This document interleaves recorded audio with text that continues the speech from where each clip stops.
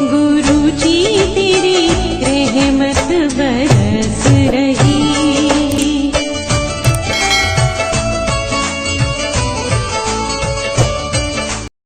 जय गुरु जी संगत जी, हर दिन की तरह ही मैं मंत्र आपसे सत्संग की शुरुआत करती हूँ।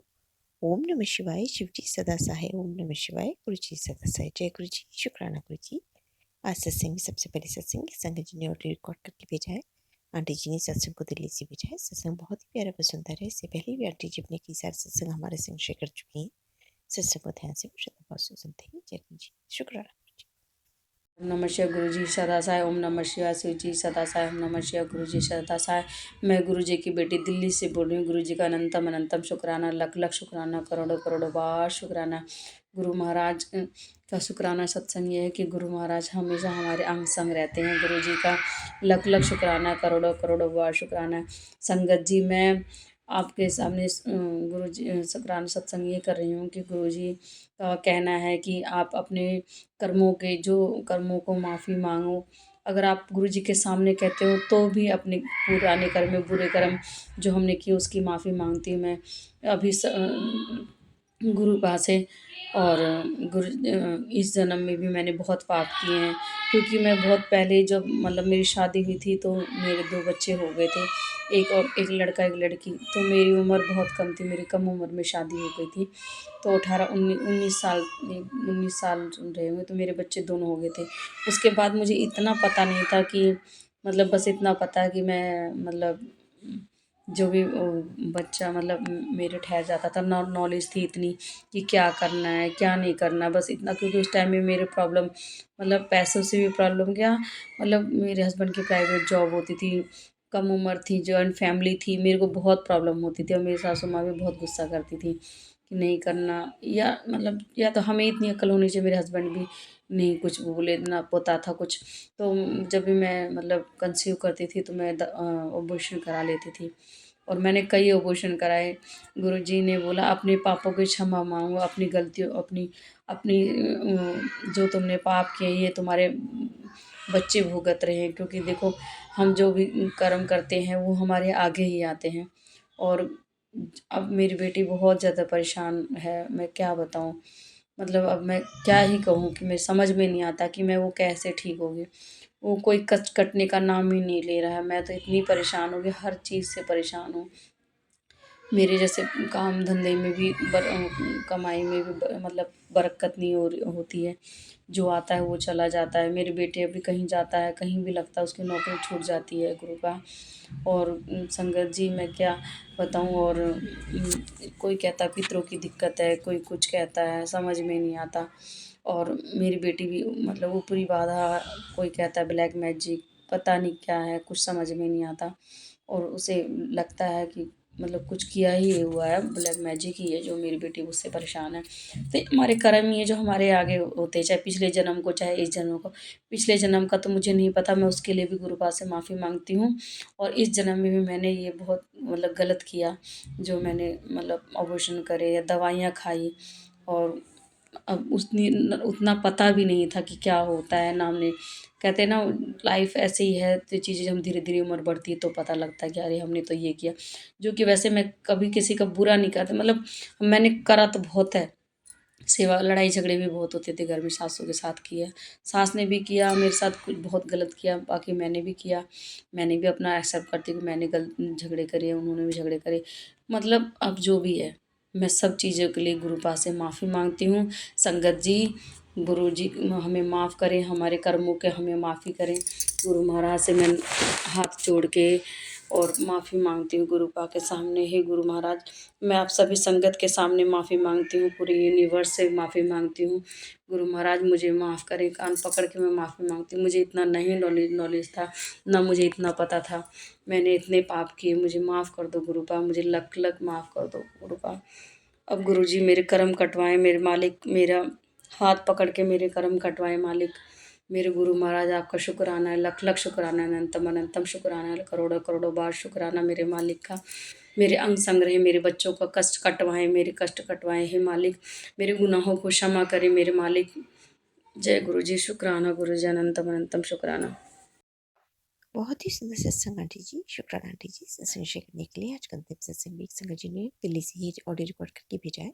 सत्संग बहुत ही प्यारा व सुंदर है। इससे पहले आंटी जी अपने कई सत्संग हमारे साथ शेयर कर चुकी हैं। आंटी जी अपने जितनी रिवील करना चाह रही हैं तो सत्संग को ध्यान से प्रश्नता से सुनते ही कहते हैं सत्संग करने वाले और सुनने वाले सभी का कल्याण होता है। सत्संग की शुरुआत करते हैं। जय गुरु जी, शुक्राना गुरु जी। गुरु जी के चरणों में कोटि कोटि प्रणाम और सारी संगत जी को जय गुरु जी। गुरु जी, अपना शुक्राना सत्संग आपके चरणों में समर्पित करती हूँ। जो आपको कहना हो वही कहलवाइएगा गुरुपा, आपकी आज्ञा अनुसार ही मैं बोलूँ। महाशिवरात्रि के पावन पर्व पर आपने गुरुपा मुझे अपने दर्शनों की दात बड़े मंदिर में बख्शी, वो भी अपने अंकल जी के साथ, जो कि मैं कभी सोच भी नहीं सकती थी। और सब कुछ ठीक रहा, अंकल जी इरिटेट भी नहीं हुए और उन्होंने वहीं जो सामने वाला फार्म हाउस था जहाँ पर शू स्टैंड था और जहाँ से हमने शुरुआत की थी वहीं पर टेबल्स लगे हुए थे। वहाँ मेरे अंकल जी ने लंगर खाने के लिए मन बनाया और वहाँ हम दोनों ने लंगर भी खाया, खड़े होके टेबल पे रख के। ये मानो सब कुछ एक सपना सा लग रहा था। पहले शुरुआत करती हूँ शिवरात्रि के दिन। मॉर्निंग में मैंने भोलेनाथ को जल चढ़ाया मंदिर में जाके, वो भी अपने अंकल जी के साथ, अपने बेटे के साथ। और उसके बाद घर वापस आके अंकल जी से रिक्वेस्ट की कि आज हमें बड़े मंदिर चलना है, बच्चों को साथ लेके। बच्चे तो नहीं आ पाए परंतु मैं और मेरे अंकल जी हम बड़े मंदिर गए। जाने से पहले मैंने गुरुपा से कहा, गुरुपा प्लीज़ स्मूथली हमें ले जाइएगा, दर्शन भी करवाइएगा और स्मूथली हमें छोड़ भी दीजिएगा, क्योंकि अंकल जी इरिटेट हो जाएंगे तो सारा मेरा त्यौहार ख़राब हो जाएगा। और मेरे गुरुपा बहुत दयालु हैं, अपनी बेटियों का बहुत ध्यान रखते हैं। गुरुपा ने जो हमने टैक्सी हायर की थी ऊबर से, टैक्सी से हमें बिल्कुल स्मूथली पहुंचाया, कहीं जाम में नहीं फंसे। अच्छी प्रकार से हम वेन्यू पे पहुंच गए। फार्म हाउस में से आगे टैक्सी को नहीं जाने दिया जा रहा था।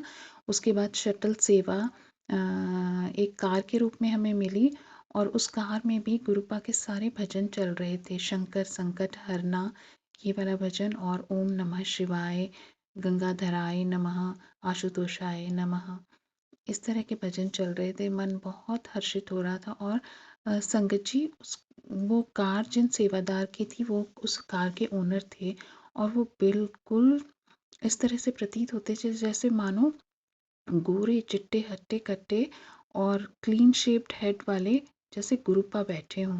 और डैशबोर्ड पे भी गुरुपा के हंसते हुए स्वरूप लगा हुआ था। मुझे ऐसे लगा मानो मैं अपने पिता के घर, अपने पिता की गाड़ी में ही बैठ के जा रही हूँ। और उन्होंने शटल वाले अंकल जी ने हमें ऑपोजिट बड़े मंदिर के ऑपोजिट फार्म हाउस पे छोड़ा, जहाँ पे शू वगैरह शू स्टैंड था, शू वगैरह डिपॉजिट कराने थे। तो जब अंदर की तरफ हम वहाँ से शटल से उतर के जब अंदर की तरफ एंटर हो रहे थे तो इतने सुंदर शब्द चल रहे थे कि मन बहुत हर्षित हुआ। फिर शू स्टैंड पर हमने शू जब जमा करवाए तो जो टोकन नंबर मिला उसका जोड़ भी 16 था, 16 यानी कि 7 था। मन बहुत हर्षित हुआ। उसके बाद हम पैदल चलते चलते, अंकल जी पूछ रहे थे आज किस तरफ जाना है, किस तरफ जाना है। तो मैंने कहा कि बस चलते रहिए भीड़ के साथ और मन में भगवान शिव का सुमिरन कीजिए। ये कह के हम मंदिर की तरफ एंटर हुए और मंदिर में जाने पर इतने सुंदर दर्शन हुए। मंदिर के चारों ओर प्रेमाइसेस जो है इस तरह से सजा हुआ था, डार्क पिंक कलर के कपड़ों से मानो शादी का माहौल हो। और जब हम मंदिर में एंटर हुए तो मैंने सुबह जो मैंने भगवान शंकर को जल चढ़ाया था और गौरा जी का श्रृंगार किया था तो वो सिंदूर की डिब्बी में अपनी बैग में पर्स में रख के ले आई थी। तो मैंने अपने अंकल जी को बोला कि जब आप धीरे से बोला कि जब हम हॉल में एंटर करेंगे तो आप चुटकी भर सिंदूर प्लीज़ मेरी मांग में भर दीजिएगा, सबसे नज़रें बचा के। तो टू माय सरप्राइज़ मेरे अंकल जी ने बिल्कुल भी रेजिस्ट नहीं किया और थोड़ा सा चिढ़ के बोला ये सब क्या है? अरे हाँ, हाँ। फिर मैंने कहा प्लीज़ ऐसा कर देना, तो वो मान गए। और जैसे हम हॉल में एंटर हुए तो उन्होंने चुटकी में जो वो सिंदूर डिब्बे में से ले रखा था वो उन्होंने मेरे सिर में और मांग की तरफ भर दिया। मैं बहुत खुश हुई। ऐसा मैंने इसलिए किया क्योंकि संगत जी, मुझे गुरुपा ने एक सत्संग में सुनाया था, एक आंटी की एनिवर्सरी थी, तो आंटी को मैसेज मिला था कि मुझे तुम पति पत्नी के रिश्ते को ब्लेस करना है, तो बड़े मंदिर आ और मेरे दरबार में अंकल जी को तुम्हारी मांग में सिंदूर भरना है। और आंटी जी ने ऐसे ही किया। तो इस तरह से उन अंकल आंटी के रिश्ते को, उनकी गृहस्थी को गुरुजी ने ब्लेस किया। तो सेम मेरे मन में भी था, क्योंकि मेरी ये 25वीं वर्षगांठ है, तो मेरे मन में था कि काश मैं उस दिन में बड़े मंदिर में होती। पर गुरुपा ने कुछ और ही प्लानिंग मेरे लिए कर रखी थी। गुरुपा ने उस दिन मुझे वृंदावन की यात्रा की दात बख्शी। तो वहाँ वृंदावन में मैं मिस कर रही थी कि काश मैं आज अपने गुरुपा के दरबार में होती, पर गुरुपा ने तो मेरे लिए कुछ और ही प्लान किया हुआ था। तो महाशिवरात्रि के दिन गुरुपा ने इस तरह से प्लान किया हुआ था। गुरुजी के प्लान तो गुरुजी ही जाने, वो अपनी बेटियों के लिए, अपनी संगत के लिए क्या प्लान करते हैं। तो महाशिवरात्रि का पावन दिन पड़ा और उस दिन मेरा जाना हुआ। वो भी मेरे अंकल जी मान गए, अंकल जी के साथ जाना हुआ और अंकल जी ने वही किया। गुरुपा ने वही अंकल जी से करवाया जो उन्होंने मुझे सत्संग में सुनाया था, और मैं धन्य धन्य हो गई। मेरा मन बहुत हर्षित हुआ। मैंने गुरुपा के सिंहासन के सामने थी तब मैं, और मैंने उन्हें बहुत धन्यवाद किया। मेरा मन बहुत हर्षित हुआ कि मेरे पिता के घर में, मेरे पिता के दरबार के सामने जैसा मेरे पिता का आदेश था वैसा ही हो रहा है मेरे साथ, मेरे अंकल जी कर पा रहे हैं। मैं धन्य हो गई। मेरे पिता कितना ख्याल रखते हैं अपनी बेटियों का। दर्शन करके हम वापस आए, झूले के दर्शन किए, कुटिया के दर्शन किए, और पार्किंग में जो टेंट लगा था वहाँ गए। मन में एक था कि काश मैं यहाँ पर म्यूज़िक भी सुन सकती, क्योंकि कभी कभी म्यूज़िक प्ले करते हैं, पर उस समय नहीं था। और लंगर प्रसाद लिया। वो सब मेरे पिता की प्लानिंग थी कि क्या मेरे लिए उचित है। और लंगर प्रसाद लिया, बेर प्रसाद लिया, कुल्फ़ी प्रसाद लिया, और लेके स्मूथली हम वापस अपने शू स्टैंड्स पे आ गए। और वहाँ पर जहाँ शू स्टैंड्स हैं उसी फार्म हाउस में बड़ी बड़ी टेबल्स लगा रखी थी, अच्छी सी क्लोथिंग्स के साथ, जैसे स्टैंडिंग में लंगर प्रसाद खा सकें। तो मैंने अपने अंकल जी से बोला क्या हम भी खा लें। तो अंकल जी ने रेजिस्ट नहीं किया, और पहली बार वहाँ पे लंगर प्रसाद हम लोगों ने मंदिर के ही प्रेमाइसेस तो है वो भी, तो उसमें हमने लंगर प्रसाद किया।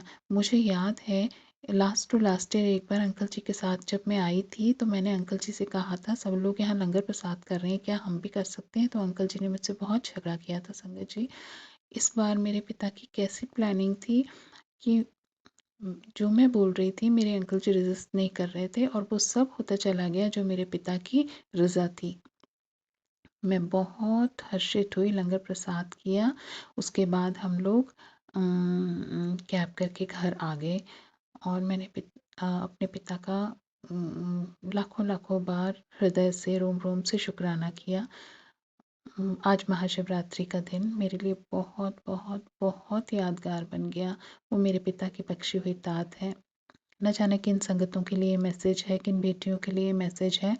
मेरे पिता, जिस प्रकार आपने मुझे सत्संग सुना के मेरी गृहस्थी को, मेरे अंकल के साथ मेरे रिश्ते को ब्लेस किया है, क्योंकि आपने कहा था तेरा रिश्ता ब्लेस करना है, जिस प्रकार मेरा रिश्ता ब्लेस किया है, अपनी सब बेटियों के उनके अंकल जी के साथ रिश्ते को ब्लेस कीजिए, उनकी गृहस्थी को ब्लेस कीजिए। मेरे पिता, आप कहते हैं कि तुझे ये दुख तेरे कर्मों के नहीं है, ये दूसरों के द्वारा किए गए षड्यंत्र की वजह से ये दुख तुझे मिल रहे हैं। तू सब्र रख, तेरा पिता बैठा है, वो सब देख लेगा। तेरा बाल भी बांका नहीं होने दूंगा। मेरी प्लानिंग तेरे लिए अच्छे से अच्छी है। तूने जितना खोया है उससे कई गुना तुझे मिलेगा मेरी बच्ची।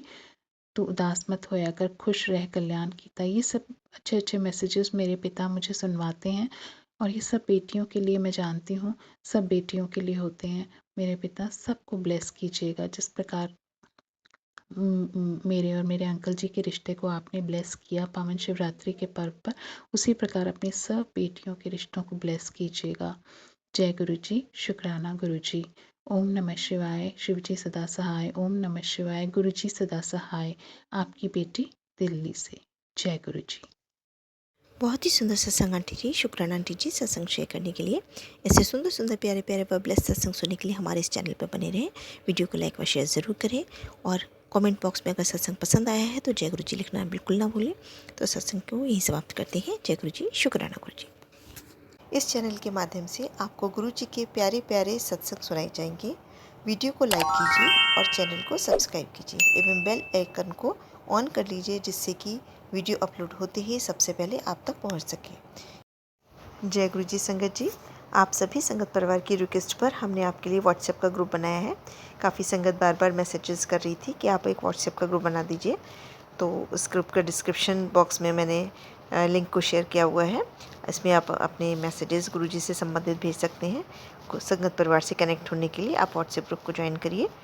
जय गुरु जी। शुक्राना गुरु जी। अगर आप भी संगत जी अपना सत्संग गुरु परिवार या गुरु संगत के साथ शेयर करना चाहते हैं तो आप हमें अपना सत्संग ऑडियो या वीडियो फॉर्म में रिकॉर्ड करके भेज सकते हैं, या हिंदी की साफ हैंड राइटिंग में भी लिखकर भेज सकते हैं। ईमेल आईडी हमारे डिस्क्रिप्शन बॉक्स में मेंशन है। आप अपने सत्संग की अटैचमेंट्स ईमेल के माध्यम से हमें शेयर कर सकते हैं। हम कोशिश करेंगे कि आपका सत्संग हम गुरु परिवार या गुरु संगत के साथ शेयर करें। आज के सत्संग को मैं यहीं विराम देती हूँ। जय गुरु जी। शुक्राना गुरु जी।